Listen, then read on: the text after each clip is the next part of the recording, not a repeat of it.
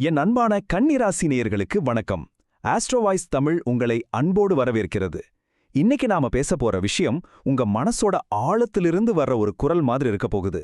உங்க வாழ்க்கையில நீங்க சந்திக்கிற பல பிரச்சனைகளுக்கு, பல போராட்டங்களுக்கு காரணம் வெளியில எங்கேயும் இல்ல, அது உங்களுக்குள்ளே தான் இருக்கு. ஆமாங்க, நீங்களே தான் உங்களுடைய மிகப்பெரிய எதிரி. அதே சமயத்துல நீங்களே தான் உங்களுடைய சிறந்த நண்பர். இந்த ஒரு குழப்பமான உண்மையை தான் நாம இன்னைக்கு ரொம்ப ஆழமா பார்க்க போறோம். இதுக்குள்ள இருந்து உங்க உண்மையான சக்தியை எப்படி வெளியே கொண்டு வர்றதுன்னு தெரிஞ்சுக்க போறோம். வெளியிலேருந்து பார்க்கும்போது உங்க வாழ்க்கை ஒரு வர மாதிரி இருக்கலாம். என்ன ஒரு திறமைசாடி, எவ்வளவு அழகா இருக்காங்க, எவ்வளவு நல்ல துணை கிடைச்சிருக்குன்னு நிறைய பேர் பொறாமப்படலாம். அவங்க கண்ணுக்கு நீங்க ஒரு முழுமையான மனுஷங்க. ஆனா அந்த புன்னகைக்கு பின்னாடி, அந்த மூடிய கதவுகளுக்கு பின்னாடி, நீங்க ஒவ்வொரு நாளும் மனசுக்குள்ள போராடுற போராட்டமும், யார்கிட்டயும் சொல்ல முடியாம தனியா சுமக்கிற வழிகளும் உங்களுக்கு மட்டும்தானே தெரியும். அந்த தனிப்பட்ட வழிகளுக்கான உண்மையான காரணம் என்ன, அதுலேருந்து எப்படி முழுசா வெளியே வர்றது, இதெல்லாத்தையும் தான் நாம இந்த முழுமையான பதிவுல பார்க்க போறோம். நம்மளோட இந்த ஆன்மீக பயணத்துல நீங்க இப்பதான் முதல் முறையா இணைஞ்சிருக்கிறீங்கன்னா, மறக்காம நம்ம ஆஸ்ட்ரோ வாய்ஸ் தமிழ் சேனலை சப்ஸ்கிரைப் பண்ணிக்கோங்க. அப்பதான் இது மாதிரியான ஆழமான வழிகாட்டுதல்கள் உங்களை தொடர்ந்து வந்து சேரும். சரி, வாங்க இன்னைக்கு நாம என்னென்ன விஷயங்கள் தெரிஞ்சுக்க போறோம்னு ஒரு சின்னதா பார்த்துடலாம். முதல்ல கன்னிராசியோட பெருமையான அடையாளமான கலையின் அரசிங்கிற பட்டப்பெயர் ஏன் உங்களுக்கு வந்ததுன்னு பார்க்க போறோம். அடுத்து உங்க வாழ்க்கையில வர போட்டிகளையும், உங்களை ஆதிக்கம் செய்ய நினைக்கிற சக்திகளையும் பத்தி தெரிஞ்சுக்கலாம். அப்புறம் உங்களுக்கு எப்பவுமே ஆதரவா இருக்கிற அந்த நல்ல நட்பு உறவுகள் யாருன்னு பார்க்கலாம். அதை தொடர்ந்து உங்களை ரொம்ப சுலபமா தாக்கக்கூடிய கண்ணேறு பத்தின ஒரு முக்கியமான எச்சரிக்கையும், அதிலிருந்து தப்பிக்க காலத்தையே ஜெயிக்கிற ஒரு வழிபாட்டையும் தெரிஞ்சுக்க போறோம். கடைசியா உங்க வாழ்க்கையை எப்படி முழுமையா உங்க கட்டுப்பாட்டுக்குள்ள கொண்டு வரதுன்னு பார்க்க போறோம். ஓகே, நம்ம முதல் பகுதிக்குள்ள போகலாம். அறிமுகம். கலையின் அரசி கன்னி. இந்த பெயர் உங்களுக்கு எவ்வளவு சரியா பொருந்தும்னு நீங்க இப்போ ஆழமா புரிஞ்சுக்க போறீங்க. ஜோதிட சாஸ்திரத்துல கன்னி ராசிக்குன்னு ஒரு ஸ்பெஷல் பெயர் இருக்கு. அதுதான் கலைகளின் அரசி. ஏன் அப்படி சொல்றாங்க தெரியுமா? ஏன்னா அறிவும் ஆளுமை திறனும் எவ்வளவு பெரிய பிரச்சனையா இருந்தாலும் அதை சமநிலையோட கையாளும் ஒரு அற்புதமான சக்தியும் உங்களுக்கு பிறப்பிலேயே இருக்கு. நீங்க ராசி சக்கரத்தோட மையப்புள்ளியில இருக்கீங்க. அதாவது ஒரு பக்கம் நெருப்பு மாதிரி இருக்கிற சிம்ம ராசி, இன்னொரு பக்கம் உறவுகளுக்கு முக்கியத்துவம் தர்ற துலா ராசி. இந்த ரெண்டுக்கும் நடுவுல உங்க அறிவையும் நிதானத்தையும் வச்சு ஒரு பாலமா இருந்து எல்லாத்தையும் பேலன்ஸ் பண்றீங்க. இது பிரபஞ்சம் உங்களுக்கு கொடுத்த ஒரு பெரிய பொறுப்பு, ஒரு பெரிய சக்தி. இப்ப உங்களுடைய குணாதிசயங்களை கொஞ்சம் பாருங்க. நீங்க இயல்பாவே ரொம்ப புத்திசாலிகள். உங்க அறிவு வெறும் ஏட்டு படிப்பு மட்டும் இல்ல, அது வாழ்க்கையோட அனுபவ ஞானம். யாரை எங்க பயன்படுத்தணும், யார்கிட்ட எப்படி பேசி வேலை வாங்கணுங்கிற அந்த கலை உங்களுக்கு இயல்பாவே தெரியும். நீங்க போடுற ட்ரெஸ்ல இருந்து நீங்க பேசுற பேச்சு வரைக்கும் எல்லாத்துலயும் ஒரு புது ஸ்டைல, ஒரு ட்ரெண்ட உருவாக்குவீங்க. அதனாலதான் உங்களை கலைகளின் அரசின்னு சொல்றாங்க. இந்த எல்லா குணங்களும் ஒன்னா சேரும்போது மத்த 11 ராசிக்காரங்களுக்கும் நீங்க ஒரு பெரிய போட்டியா தெரிவீங்க. இந்த உண்மையை நீங்க முழுசா உணர்ற அந்த நிமிஷம் உங்க தன்னம்பிக்கை எங்கேயோ போயிடும். அடுத்து உங்க வாழ்க்கையில நீங்க சந்திக்கிற சவால்களை பத்தி பார்க்கலாம். ஐயோ, சவால்களான்னு பயப்படாதீங்க. இதெல்லாம் உங்களோட வலிமையை சோதிச்சு உங்களை இன்னும் ஜொலிக்க வைக்க வர பரீட்சைகள் தான். உங்க வாழ்க்கையில நீங்க ரொம்ப கவனமா கையாள வேண்டிய ஒரு ராசி மேஷம். ஆனா இங்க ஒரு ஆச்சரியமான விஷயம் என்னன்னா, நீங்க தான் மேஷ ராசிக்காரங்களை ஒரு போட்டியாளரா பார்ப்பீங்க. அவங்கள விட நாம ஒரு படி மேல போகணும், அவங்கள ஜெயிக்கணும்னு உங்களுக்குள்ள ஒரு எண்ணம் இயல்பாவே வரும். அவங்களோட வேகம் உங்களுக்குள்ள ஒரு போட்டி மனப்பான்மையை உண்டாக்கும். ஆனா உண்மையில மேஷராசிக்காரங்க உங்களை ஒரு போட்டியாவே நினைக்க மாட்டாங்க. உங்க ஆழமான திட்டமிடல் எல்லாம் உங்களுக்கு சில சமயம் ஓவரா செய்யற மாதிரி தோணும். இந்த போட்டி மனப்பான்மை உங்ககிட்ட இருந்து மட்டும்தான் வருதுன்னு நீங்க புரிஞ்சுக்கிட்டாலே போதும். தேவையில்லாத முன்ன அழுத்தத்தையும் சக்தி விரயத்தையும் நீங்க ஈஸியா தவிர்த்திடலாம்.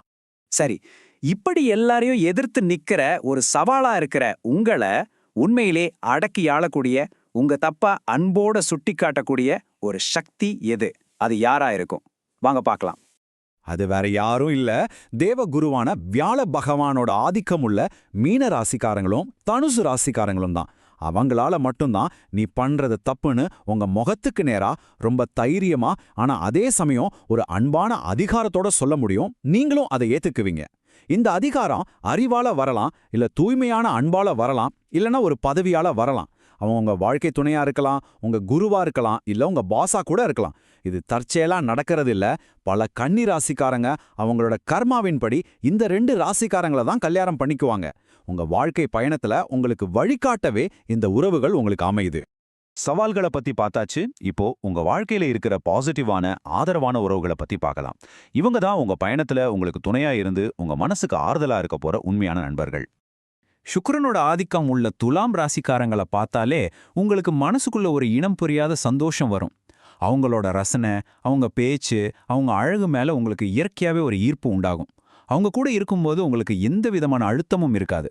அதே மாதிரி சுக்கிரனோட இன்னொரு வீடான ரிஷப ராசி கூடவும் உங்களுக்கு ஒரு ஆழமான, வார்த்தையால சொல்ல முடியாத ஒரு கனெக்ஷன் இருக்கும்.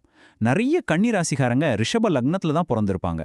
இந்த உறவுகள் உங்களுக்கு மன அமைதியையும் பெரிய சப்போர்ட்டையும் கொடுக்கும். இவங்க தான் உங்க உண்மையான கூட்டாளிகள். இந்த சவாலான உறவுகளா இருக்கட்டும், இல்ல ஆதரவான உறவுகளா இருக்கட்டும், இது எல்லாமே உங்க பிறவி விதியோட ஒரு பகுதி தான். உங்க ஆன்மாவோட வளர்ச்சிக்காக பிரபஞ்சத்தால் அமைக்கப்பட்ட ஒரு பாதை இது. இதை நம்மால மாத்த முடியாது. ஆனா இதை ஏத்துக்கிறதுனா அடிபணிஞ்சு போறதுன்னு அர்த்தம் இல்ல. இதை ஆழமா புரிஞ்சுக்கிட்டு ஏத்துக்கிட்டோம்னா வாழ்க்கைய ரொம்ப தெளிவாவும், பக்குவமாவும், முக்கியமா ரொம்ப அமைதியாவும் நம்மால வாழ முடியும். இப்ப நாம ரொம்ப ரொம்ப முக்கியமான ஒரு பகுதிக்கு வந்திருக்கோம். மத்த ராசிக்காரங்களை விட உங்களை ரொம்ப சுலபமா தாக்கக்கூடிய ஒரு விஷயம் கண்ணேறு, அதாவது திருஷ்டி.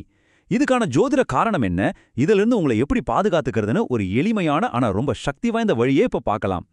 நம்ம ராசி மண்டலத்துல கன்னி ராசி 6வது வீடா வருது. ஜோதிடப்படி இந்த 6ஆம் வீடு நோய், கடன், எதிரி, திருஷ்டி மாதிரியான விஷயங்களை குறிக்கும். அதனால தான் மற்றவங்களோட பொறாம பார்வை, அவங்களோட ஏக்க பெருமூச்சு, அவங்களோட நெகட்டிவ் எண்ணங்கள் எல்லாமே உங்களை ரொம்ப சுலபமா பாதிக்கும். காரணமே இல்லாம உடம்பு சோர்வா இருக்கிறது, நல்லா போயிட்டு இருந்த வேலை திடீர்னு நிக்கிறது, உறவுகளுக்குள்ள தேவையில்லாத சண்டை வர்றது, இதுக்கெல்லாம் இது ஒரு முக்கியமான காரணமா இருக்கலாம். இந்த கண்ணேறு எப்படி வேலை செய்துங்கிறதுக்கு இது ஒரு நல்ல உதாரணம். வெளியேந்து பார்க்கறவங்க இவங்களுக்கு எவ்வளோ நல்ல துணை கிடைச்சிருக்கு, எவ்வளோ நல்ல வேலை அப்படின்னு பொறாமப்படலாம். அவங்க வாயால சொல்லணும்னு கூட அவசியம் இல்ல.